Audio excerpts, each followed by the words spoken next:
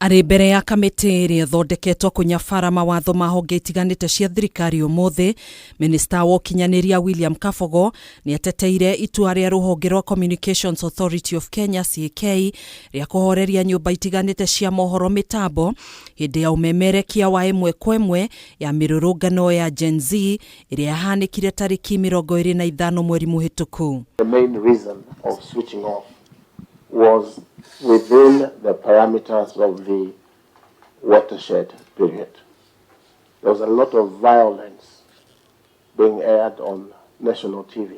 Do you really, as CS, have the powers to unplug the media? And where is it situated in law? Because you did it. We should be able to expressly... Clause 11, sorry. Yes, on the issue of this delay. That is not sufficient, Chair. We should be able to, as the Honourable Lodge has said, to be able to put it in black and white under what circumstances. Kabogo nĩatarĩirie gĩtũmi gĩa kũhoria mĩtambo ya ceceni cia TV tiganĩte arĩ hamwe na Kameme TV na K24, akiuga mĩrũrũngano ĩyo nĩ yagũmĩirwo nĩ ngũĩ na ngahĩha, ũndũ ũrĩa magitagĩra ciana iria ciarĩ mĩciĩ kwĩrorera ciiko ici.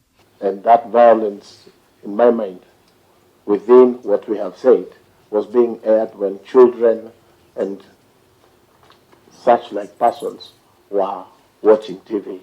Oho nĩatarĩirie kamĩtĩ ĩno atĩ matiahoririe mĩtambo ĩno hau kabere-inĩ kuona mũrũrũngano ũyũ ndwagũmĩirwo nĩ ngahĩha. I do agree with the Honourable Oluoch that we need to be specific on certain things, on when and how we can switch off.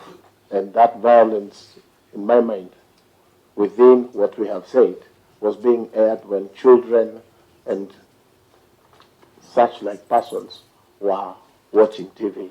Kabogo oho nĩaugĩte ona thengia ya gatiba ya bũrũri gwĩtĩkĩria mĩrũrũngano, mũingĩ nĩũbatiĩ gwĩkĩrĩra mũtugo wa gũthingatithia thayũ ona ũkĩendaga kĩhoto kĩao kĩiguĩke kũhĩtũkĩra mĩrũrũngano.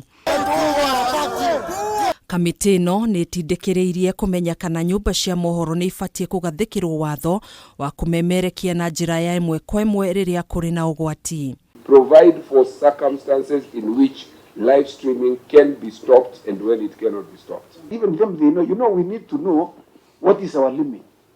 How far can we go? Yeah. Because we are a country that is governed by the rule of law.